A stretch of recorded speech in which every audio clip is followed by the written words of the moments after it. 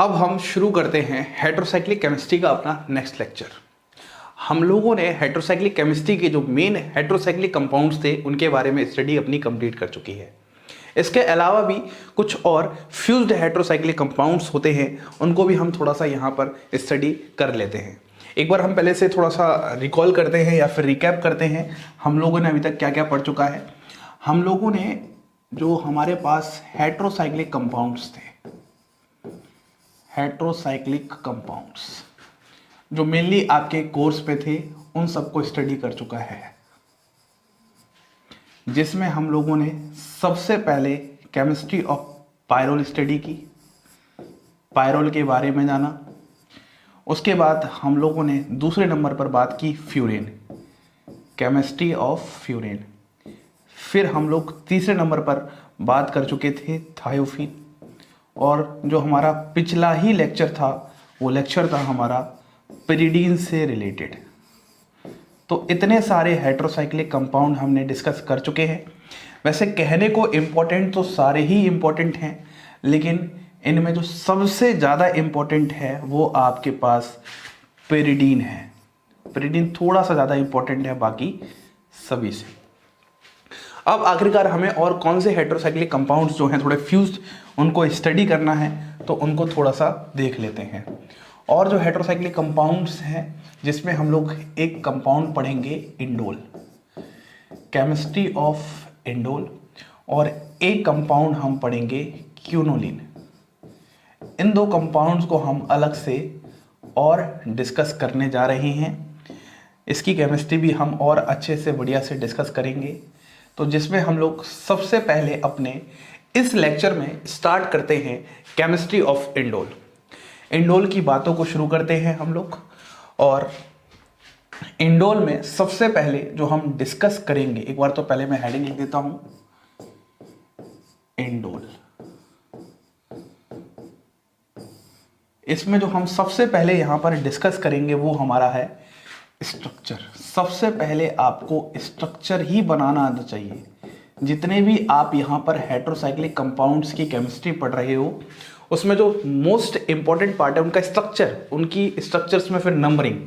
तो अगर मैं इसके स्ट्रक्चर की बात करता हूँ तो इसका स्ट्रक्चर कुछ ऐसा है। यहाँ पर एक इस तरीके से बेंजीन रिंग है, और फिर यहाँ पर इस तरीके से इसके साथ कुछ ऐसा फ्यूज्ड कुछ ये वाला पार्ट लगा है।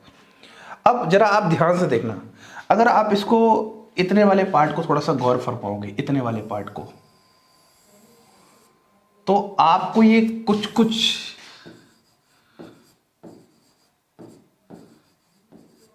पायरोल जैसा नजर आएगा। आएगा क्या? कुछ कुछ पायरोल जैसा नजर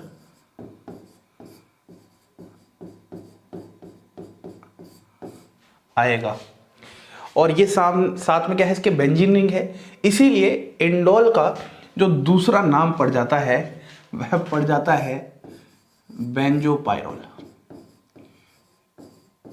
तो दोनों जो नाम हैं वो एक ही कंपाउंड के हैं। सबसे पहले आपको नाम और स्ट्रक्चर बहुत अच्छे से आना चाहिए। नाम और स्ट्रक्चर के बाद जो इसका अगला पॉइंट है वो है इसकी नंबरिंग। नंबरिंग कैसे करेंगे? तो नंबरिंग के लिए अपन थोड़ा सा ये वाला कलर यूज कर लेते हैं। यहाँ से ये होता है आपके पास नंबर 1, ये होता है 2, यहाँ पर होता है 3, के बाद यहाँ पर 4, यहाँ पर 5, यहाँ पर 6 और यहाँ पर 7। इस तरीके से आपके पास यहाँ पर नंबरिंग चलती है। ठीक है, तो कहाँ से स्टार्ट करते हैं?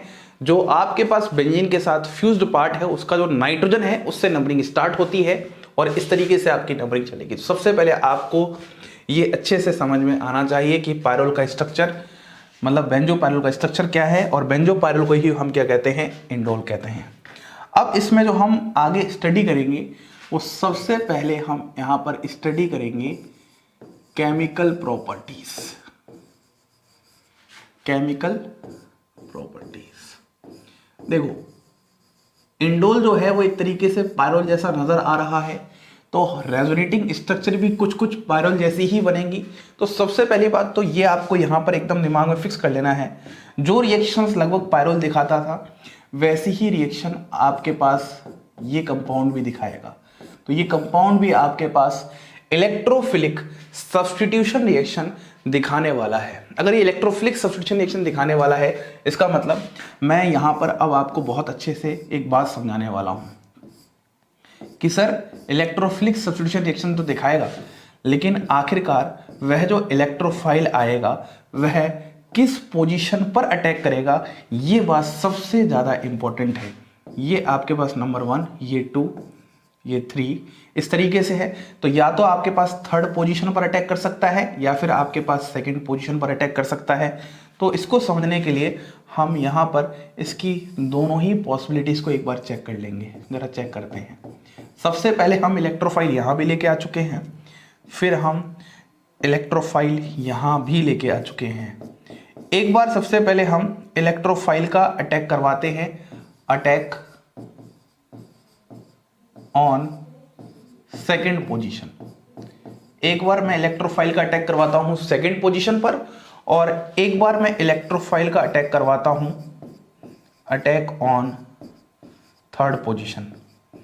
दोनों पोजीशन पर अटैक करवा के हम यहां पर चेक करते हैं। देखो सबसे पहले जब मैं सेकेंड पोजीशन पर अटैक करवाऊंगा, जरा ध्यान से आप चीजों को देखना।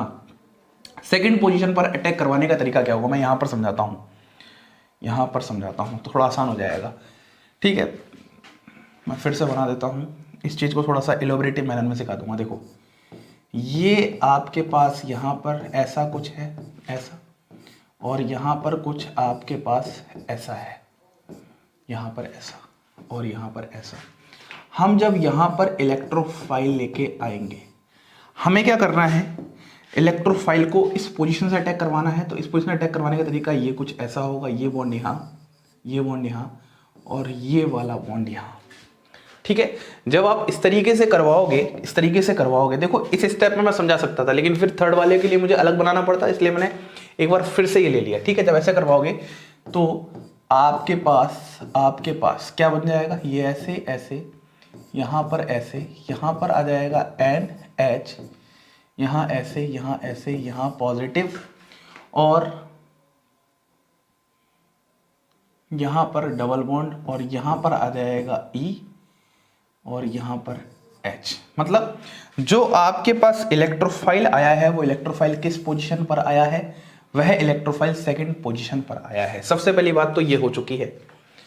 ठीक है भाई, ये हो चुकी है। अब अगर बात करते हैं अपन दूसरी बात कर लेते हैं।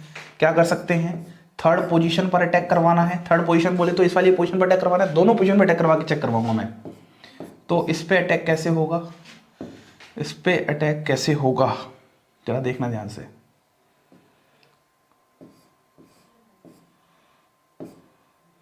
फिर से अच्छे से बनाएंगे।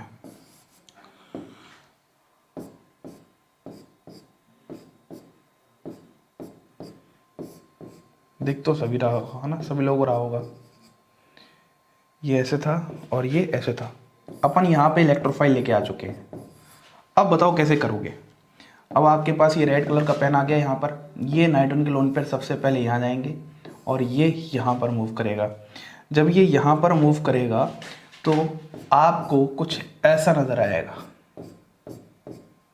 ऐसे, यहाँ पे ऐसे, यहाँ पे N, यहाँ पे H, यहाँ पे ऐसे ऐसे, यहाँ पर पॉजिटिव, इस जगह पर हो जाएगा पॉजिटिव, और यहाँ पर आ जाएगा आपके पास E और H को थोड़ा प्यारे तरीके से बना देते हैं। और यहाँ पर इस बार जो इलेक्ट्रोफाइल आया है वो कहाँ पर आया है, थर्ड पोजीशन पर आया है। तो देखो मैंने आपको दोनों ही पॉसिबिलिटीज बता दी हैं।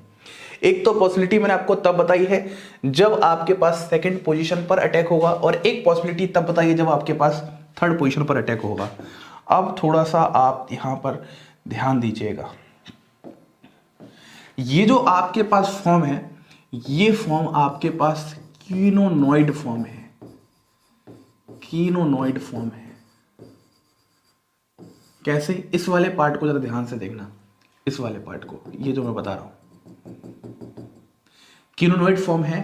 और इसमें क्या हो रखा है, ये फॉर्म थोड़ी सी क्या है, लेस स्टेबल है। ये फॉर्म थोड़ी सी क्या है, लेस स्टेबल है, क्योंकि इसमें इस बेंजीन की एरोमेटिसिटी गायब हो रखी है। बात समझ में आ गई क्या? और वहीं पर ये वाली जो फॉर्म है, ये फॉर्म आपके पास बेंजेनॉइड फॉर्म है। ये वाली फॉर्म बेंजेनॉइड फॉर्म है, ध्यान से देखो। और इस वाले केस में आपके पास क्या हुआ है, इसकी एरोमेटिसिटी वैसी ही है, तो इसीलिए ये क्या है यहां पर उसके कंपैरिजन में मोर स्टेबल है।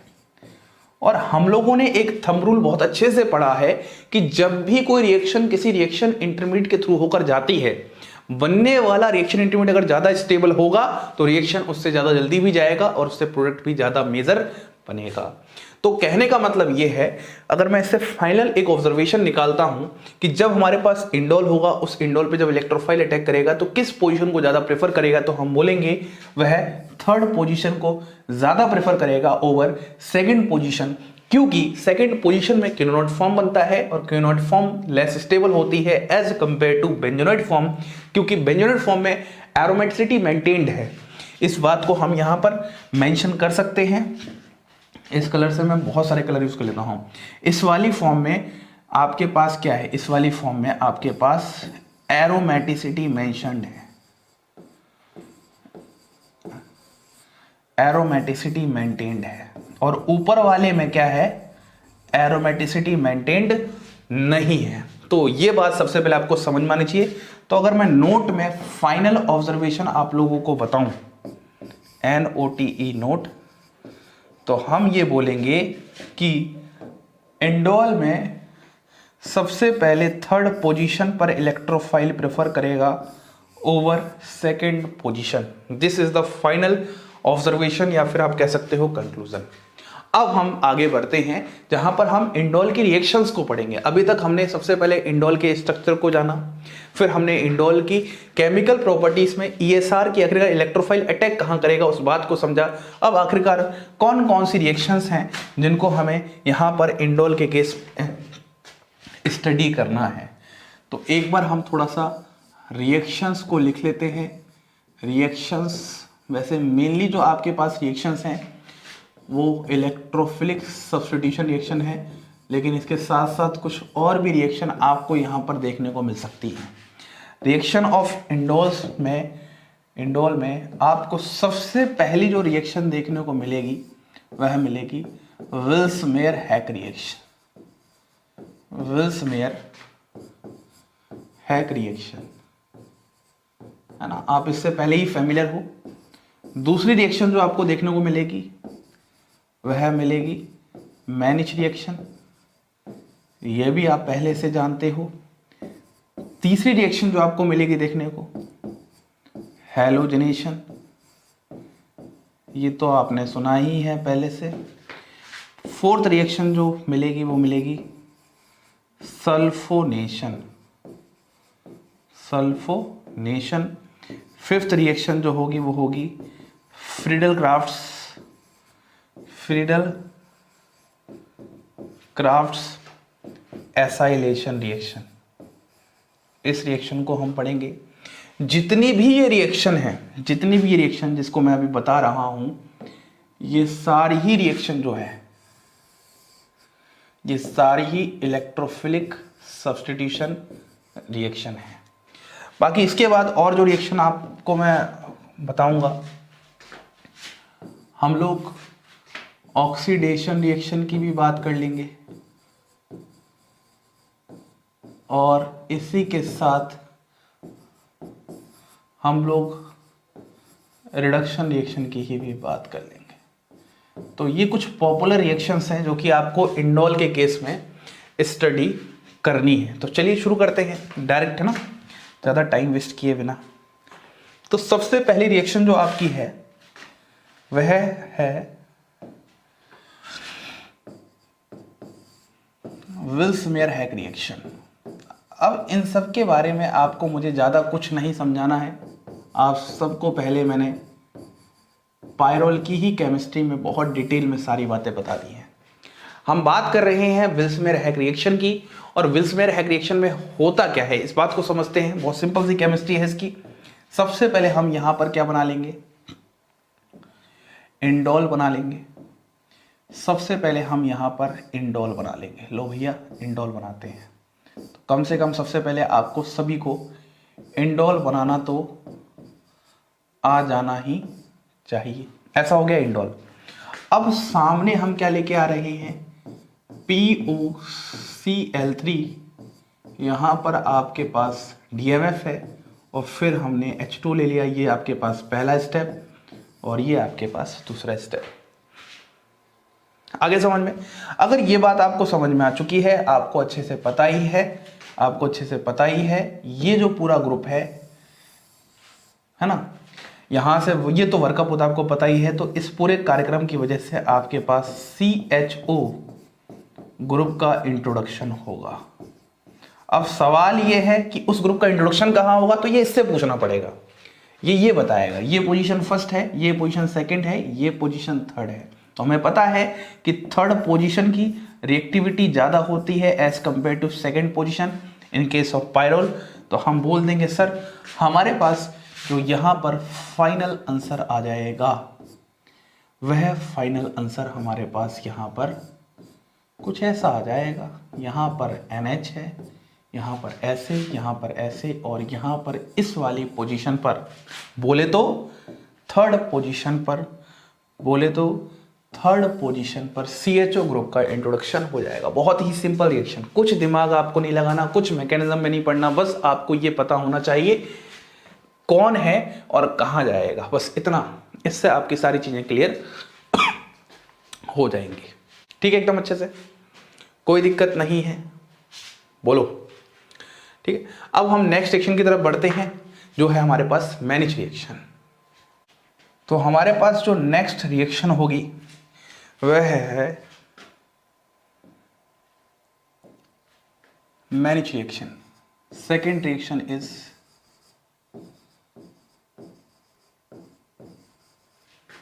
Mannich reaction. अब इस वाली रिएक्शन में क्या होगा, आपके पास फिर से इस तरीके से इंडोल है। इंडोल, सबसे पहले इंडोल को बना लेते हैं।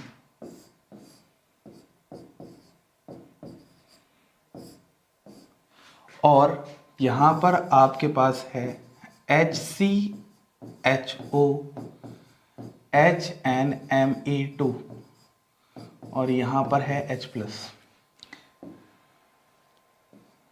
रिएजेंट तो आपको पता है ही अच्छे से। अब आपको पता है इस वाली जगह पर थर्ड पोजीशन पर आएगा, क्या आएगा इसको चेक कर लेते हैं। बना देता हूं फिर बता दूंगा क्या जाएगा। तो यहां पर आपके पास थर्ड पोजीशन पर ही आएगा, बात पक्की है। CH2 NME2 इस ग्रुप का इंट्रोडक्शन हो जाएगा। ठीक है, कौन सी वाली पोजीशन पर होगा हमें पता है, ये पोजीशन फर्स्ट है, ये सेकंड है, ये थर्ड है और थर्ड की रिएक्टिविटी सेकंड से ज़्यादा होती है। यदि पहले से ही थर्ड पोजीशन ऑक्युपाइड होती तब हम सोचते सेकंड पोजीशन पर अटैक करवाना। ऐसा एग्जांपल मैं आपको करवा दूंगा। तो ये आपके पास थी सेकंड नंबर रिएक्शन। अब अगर हम अगली रिएक्शन की तरफ बढ़ते हैं, अगली रिएक्शन वो है हमारे पास हैलोजिनेशन।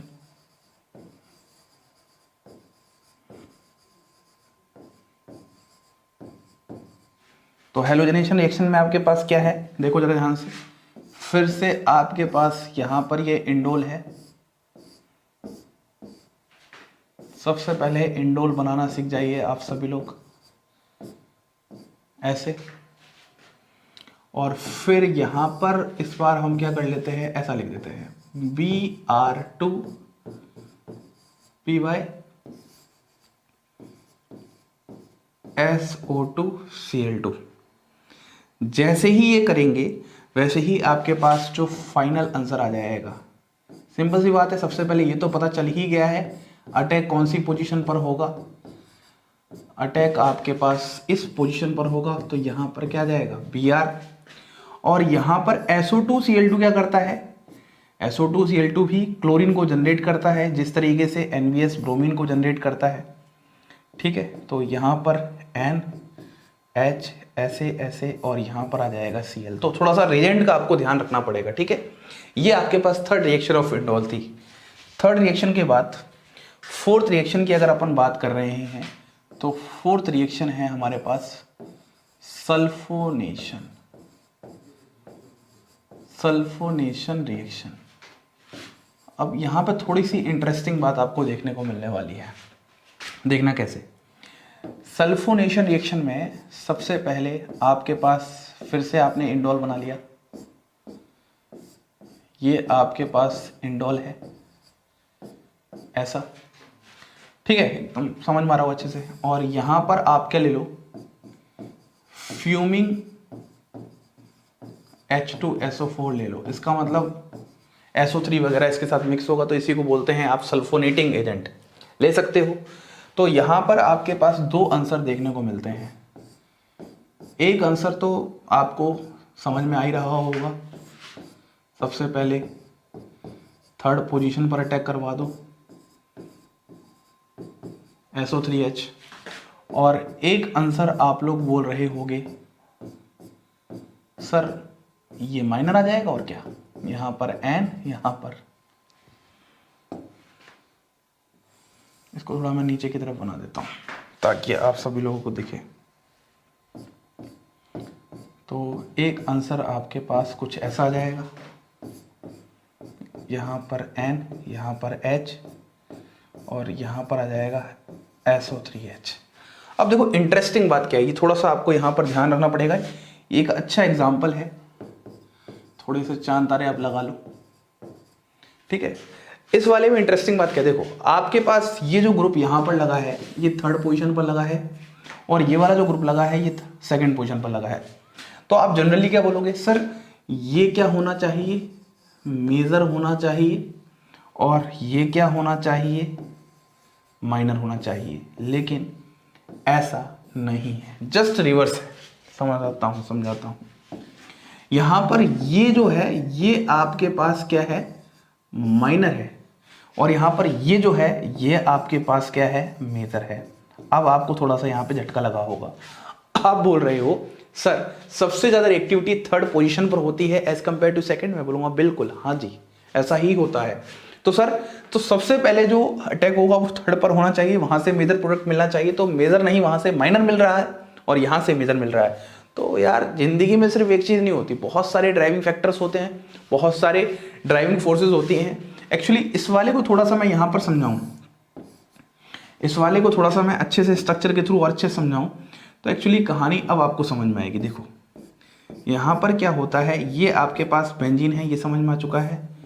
यहाँ पर क्या है आपके पास, यहाँ पर NH है, यहाँ पर ऐसे है, ये कुछ ऐसी कहानी होगी। S डबल बॉन्ड O, यहाँ पर O और यहाँ पर H। अब एक्चुअली क्या होता है इस H और इस हाइड्रोजन के बीच में हाइड्रोजन बॉन्डिंग देखने को मिलती है। ये जो आप करवा रहे हो इसी को हम बोलते हैं हाइड्रोजन बॉन्डिंग। बस इसकी वजह से ये यहाँ पर ज़्यादा मेजर प्रोडक्ट दे रहा है और ये माइनर दे रहा है। तो ऐसे कुछ एक्सेप्शन थोड़े से आपको ध्यान रखने पड़ेंगे, ये कभी कभी आ जाते हैं, इस पे हमारा कोई जोर नहीं है। मतलब अब हम आगे बढ़ते हैं और आगे है हमारे पास reaction number 5, Friedel Crafts acylation. Friedel Crafts acylation. अगर हम फ्रीडल-क्राफ्ट्स एसाइलेशन की बात करते हैं तो इस वाले केस में क्या होगा, देखना ध्यान से। इस वाले केस में क्या होगा, इस वाले केस में हम कुछ ऐसा ले लेते हैं।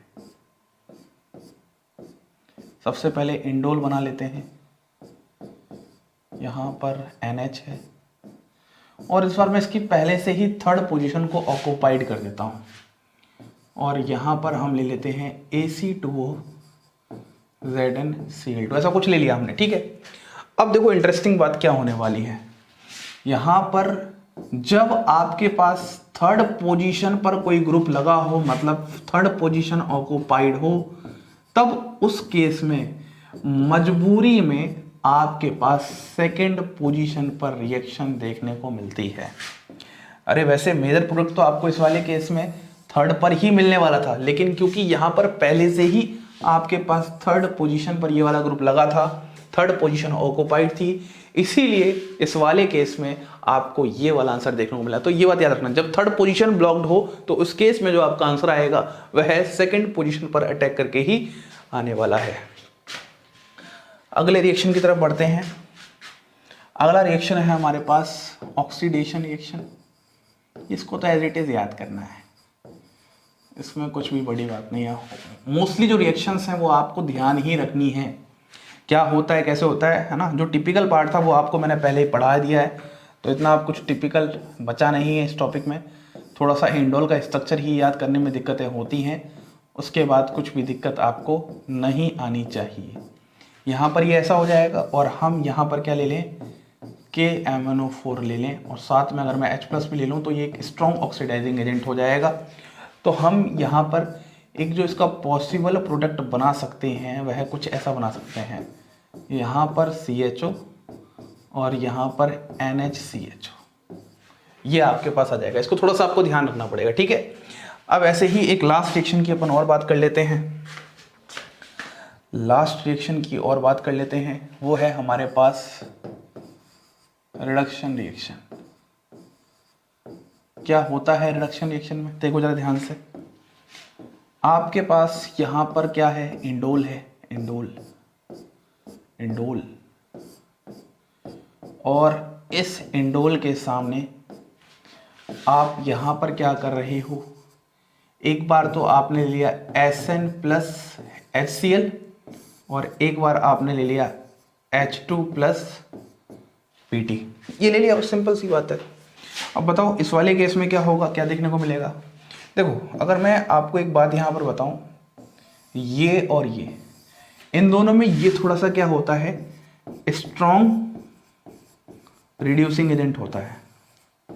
अब क्योंकि ये स्ट्रॉन्ग रिड्यूसिंग एजेंट मैं आपको पहले ही बता चुका हूँ, थोड़ा सा स्ट्रॉन्ग होता है इसके कंपैरिजन में अगर मैं बात कर रहा हूँ, तो अब आपको थोड़ी सावधानी ये बरतनी थी कि यहाँ पर ये बेंजीन रिंग को भी क्या कर देता है, रिड्यूस कर देता है, और साथ में इंडोल का तो यहाँ पर रिडक्शन होता ही है। लेकिन जब इस वाले केस की बात करता हूँ तो इसमें ये बेंजीन रिंग के साथ कोई भी छेड़छाड़ी बिल्कुल भी कैसी भी नहीं देखने को मिलती है। सिर्फ यहाँ पर ये जो रिंग है इसी रिंग के साथ छेड़छाड़